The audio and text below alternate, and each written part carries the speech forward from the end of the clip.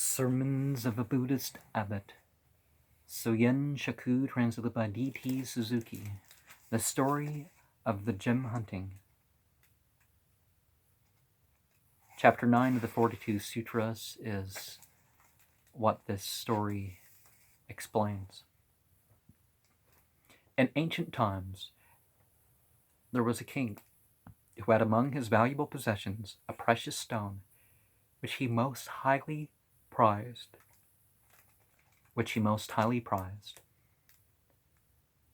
An attendant of his one day dropped it accidentally in a very deep lake which was in his palace garden. The king was greatly troubled, and immediately made an inquiry among his subjects whether there was anyone who could locate the precious treasure in the water and safely restore it to his hands, adding that such a one would receive a handsome reward. There was among his retainers a man called Clear-Sighted, whose optical power was considered almost supernatural, and everybody thought that he was the man who could find the lost gem in the lake, however deep and wide it might be.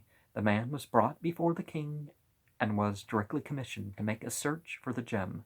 Clear-Sighted dived deep into the water and tried to locate the precious stone at its bottom, but singularly his sight did not avail him to any great extent, but he was utterly unable to observe it anywhere.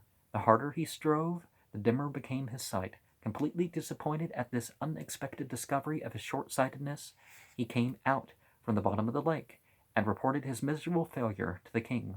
His mortification now knew no bounds. The king did not know what to do. He could not reconcile himself to the new situation.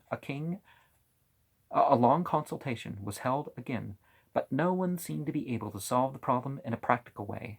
In despair, they finally came to test a most unusual method, which seemed almost absurd and ridiculous.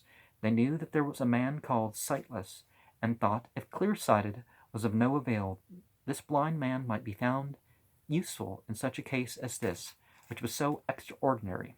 At any rate, the attempt would not result in making the situation worse.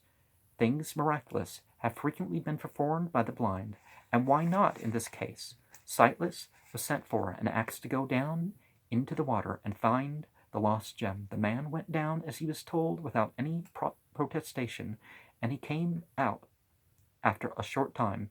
The treasure was in his hand. The king was overjoyed and rewarded him most generously. The moral of this allegorical story is that much cunning and great learning are not the most efficient means, as ordinarily supposed, to obtain the priceless gem of religious truth, but that the simple in heart and poor in spirit will find the way to heavenly bliss.